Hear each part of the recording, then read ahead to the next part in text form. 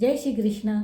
हा व्हिडिओ मी गीता ऑलिम्पियाड 2025साठी बनवत आहे आणि आज मी 15व्या अध्यायातले 16 ते 20 श्लोक म्हणणार आहे। द्वामिमौ पुरुषौ लोके क्षरक्षाक्षर एव च क्षरः सर्वाणि भूतानि कूटस्थोऽक्षर उच्यते। उत्तमः पुरुषः स्वन्यः परमात्मेत्युदाहृतः यो लोकत्रयमाविश्य बिभर्त्य व्ययैश्वरः।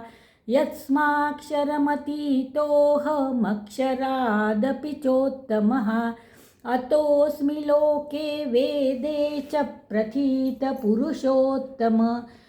यो मामेवमसम्मूढो जानाति पुरुषोत्तमं स सर्वविद्भजति मां सर्वभावेन भारत।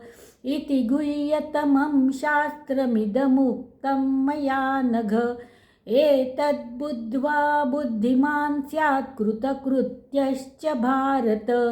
ओम तत्सदिति श्रीमद्भगवद्गीतासु उपनिषत्सु ब्रह्मविद्यायां योगशास्त्रे श्रीकृष्णार्जुनसंवादे पुरुषोत्तमयोगो नाम पंचदशोऽध्यायः।